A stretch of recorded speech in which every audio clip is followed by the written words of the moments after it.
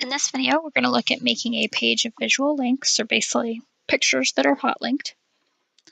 This is great for young learners who may not be able to read the text of a link to realize which one you want them to click on, but it's really great for anybody. Just seeing a visual image, usually it's faster for us to recognize and click to go to. So the first thing I'm going to do is click on Add Materials, and then I'm going to go down to Add Page. I'm going to go ahead and give this page a title just called Links. I think of this kind of as a links page for a course.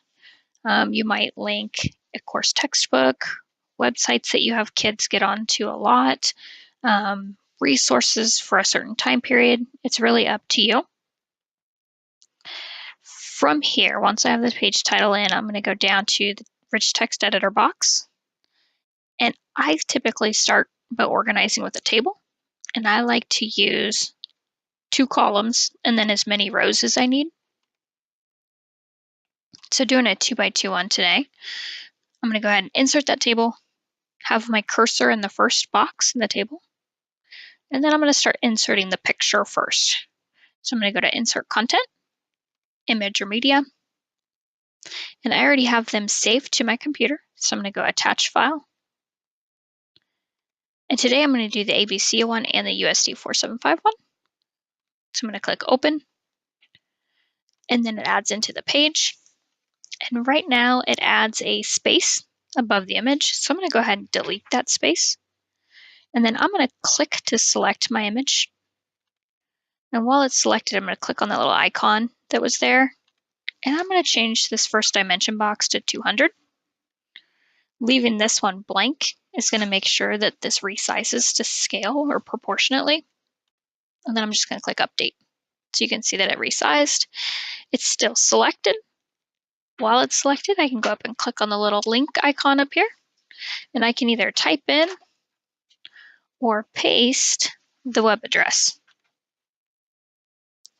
So now I'll do the same thing with the USD 475 one. Click in the box, insert content.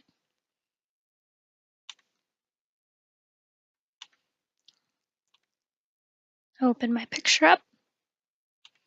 I'll get rid of that line of space. Here's that icon I'm going to click on to change the dimension. And click Update.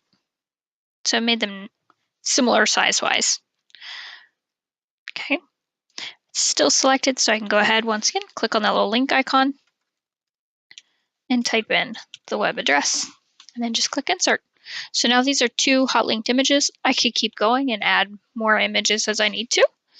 And I could also put text. So I could do picture, row of text, picture, row of text, especially if I have older kids. That might help. The other couple of things that, depending on your preferences, that you may want to do. The first one is I like to have the table to organize it. If you don't want students to see these table lines, you can, while you're inside the table, so I'm inside this bottom row and first column, I can click and turn the border off. So now you see it's a dotted line instead of being a solid line. So the kids, when they look at this, they would just see the 2 pictures. They're not going to see any of the table that's holding these in place. The other thing that I like to do down here is instead of kids having to click on the word links to see this, I like to have it display on the course homepage. And usually I drag the links part to the top, so it's right up at the top for them to quickly click on. But this part, if it's right now, it's display on new page, so they have to click on the word to get there.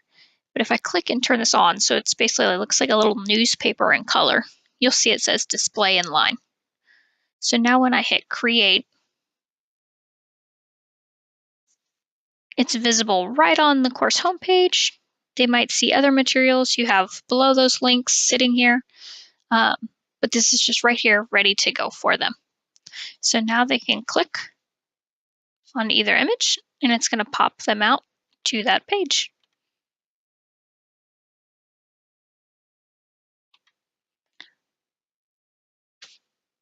So just a quick handy tool, a way you can help make your page visual for students, especially young learners. Thanks for watching.